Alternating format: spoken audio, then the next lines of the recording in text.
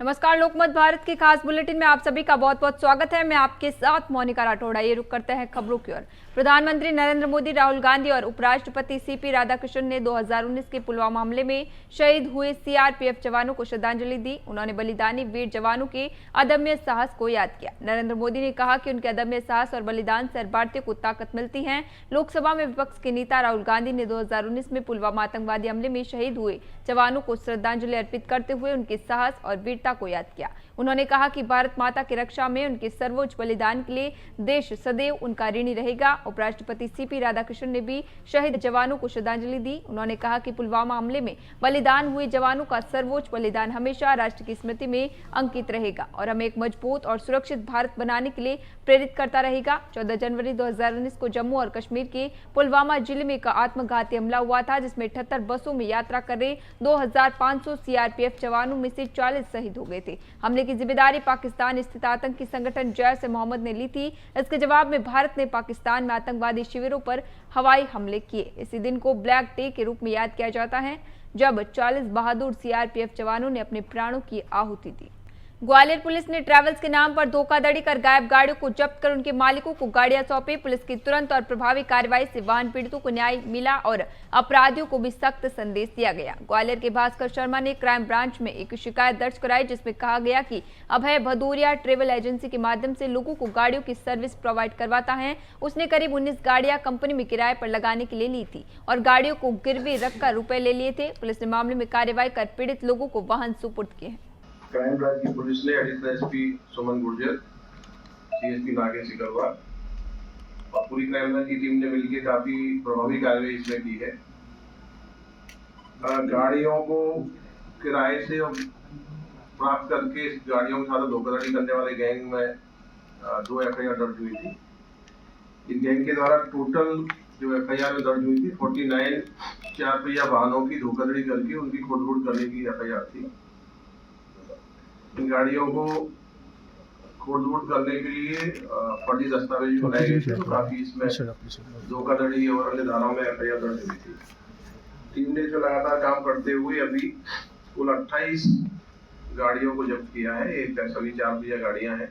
डबरा अनुभाग के बिलोआ में गिट्टी खदान के ओवरलोड डंप पर बड़ा मसला बनता जा रहा है। भाजपा विधायक मोहन सिंह राठौड़ ने खुद के मोबाइल से अपने फेसबुक पेज पर लाइव वीडियो के माध्यम से बताया कि ओवरलोड गिट्टी से भरे डंप पर खुलेआम आ जाते रहे हैं, जबकि प्रशासन मौन है। उन्होंने ग्वालियर आरटीओ पर भ्रष्टाचार के आरोप लगाए हैं। उन्होंने आरटीओ को आईना दिखाते हुए कहा कि उनके सामने गिट्टी खदान के ओवरलोड डंप पर जा रहे हैं, जबकि वे इससे इनकार करते हैं। जिला समीक्षा बैठक के दौरान भीतरवाड़ से भाजपा विधायक मोहन सिंह राठौड़ ने ओवरलोड के उठाया मुद्दा था, तब प्रशासनिक अधिकारियों ने इस मसले को नकारा था। इसके बाद विधायक राठौड़ ने सोशल मीडिया के माध्यम से लाइव वीडियो में खुलेआम ओवरलोड वाहनों का परिवहन होते हुए दिखाकर प्रशासन पर सवालिया निशान लगाया। प्रदेश कांग्रेस अध्यक्ष जीतू पटवारी अपने 1 दिवसीय दौरे के दौरान शहडोल पहुंचे। यहां उन्होंने अम्बेडकर चौराहे से जय स्तंभ चौक तक आयोजित जन आक्रोश रैली में भाग लिया और जय स्तंभ चौक पर आयोजित आम सभा को संबोधित किया। बाद में वे कार्यकर्ताओं के साथ कलेक्ट्रेट पहुंचे और जिला प्रशासन को ज्ञापन सौंपा। उन्होंने जिला प्रशासन को आड़े हाथों लेते हुए शहडोल पुलिस और जिला प्रशासन पर गंभीर आरोप लगाए। पटवारी ने कहा कि शहडोल में कोयले और रेत के माफिया सक्रिय हैं। लोगों को पीने के लिए साफ पानी नहीं मिल रहा, जिससे उन्हें कई तरह की गंभीर बीमारियां हो रही हैं। उन्होंने कहा कि इस बार तो ज्ञापन सौंप रहे हैं, लेकिन अब कभी इस तरह की घटना हुई तो कलेक्ट्रेट कार्यालय में धरना भी देंगे। जितने पत्रकार बंधु हैं यहाँ उपस्थित हैं, मैं उनका भी स्वागत भी करता हूँ और उनसे एक आग्रह भी करता हूँ कि जिस तरीके से हमारे शहडोल में अवैध खनन का कारोबार होता है, वो चाहे रेते का हो चाहे कोयले का हो, आप लोगों की निगाह से नहीं छुपा हुआ। और मैं जानता हूँ इस बात को कि हमारे लोकतंत्र का जो चौथा स्तंभ है, लोकतंत्र का जो चौथा स्तंभ है, इसको पता है कि कलेक्टर का उसमें कितना हिस्सा है, कितना पुलिस के टीआई का हिस्सा है, कितना एसपी का हिस्सा है, कितना और छोटे छोटे अधिकारियों का हिस्सा है।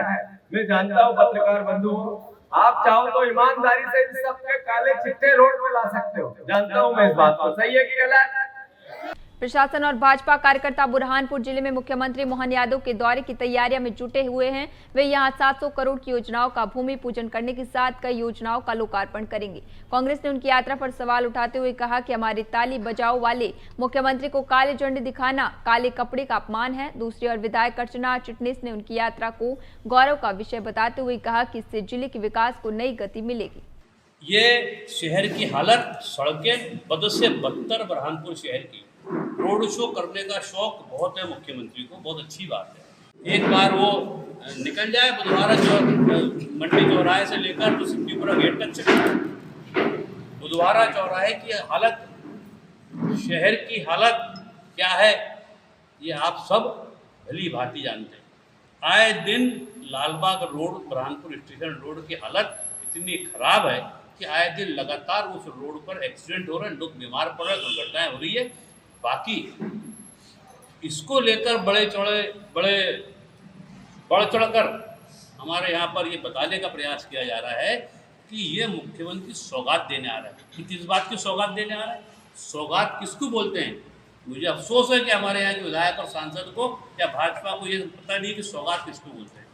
सौगात होती है एक ऐसे मुख्यमंत्री की जो इंदौर में 31 लोगों की भागीरथपुरा में गंदे पानी पीने से मृत्यु हो गई, तो उन पर कार्रवाई करने की उनकी ताकत नहीं। तो ऐसे मुख्यमंत्री जिनका खुद का चेहरा काला हो, काला कपड़ा दिखाए, काले कपड़े का अपमान हम नहीं करना चाहते। तैयारियां लगभग परिपूर्ण है और माननीय मुख्यमंत्री जी डॉक्टर मोहन यादव जी महाकाल की नगरी से आने वाले हमारे यशस्वी मुख्यमंत्री महाशिवरात्रि के एक दिन पूर्व बुरहानपुर पहुंच रहे हैं। 696 करोड़ 37 लाख के वे लोकार्पण भूमि करेंगे और जब मुख्यमंत्री बुरहानपुर आएंगे और महाशिवरात्रि के एक दिन पहले ही आएंगे तो खाली हाथ थोड़े ही आएंगे। बुरहानपुर को बहुत कुछ देके भी जाएंगे, बहुत सी घोषणाएं करेंगे।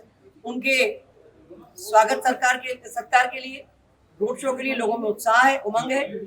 मुख्यमंत्री डॉक्टर मोहन यादव खंडवा जिले के पंधाना विधानसभा में आयोजित समारोह में प्रदेश की 1.25 करोड़ बहनों के खातों में 1836 करोड़ की राशि ट्रांसफर करेंगे। इसी दौरान वे 600 करोड़ रुपए के विकास कार्यों की सौगात भी देंगे। जिला प्रशासन ने मुख्यमंत्री के खंडवा दौरे को लेकर तैयारियां पूरी कर ली हैं। विधायक छाया मौर्य ने बताया कि मुख्यमंत्री पंधाना से प्रदेश की लाडली बहना योजना की राशि का विवरण करेंगे। इसके अलावा वे करोड़ों रुपए के विकास कार्यों का लोकार्पण और भूमि पूजन भी करेंगे।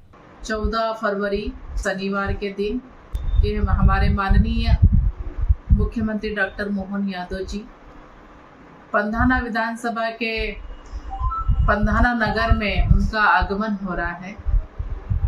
1 करोड़ 26 लाख हमारी लाडली बहनों को सिंगल क्लिक के माध्यम से और जो सीधा उनके खाते में पैसा पहुंचाने का काम करेंगे और साथ में हमारे यहाँ जो लोकार्पण और भूमि पूजन के कार्य भी हैं।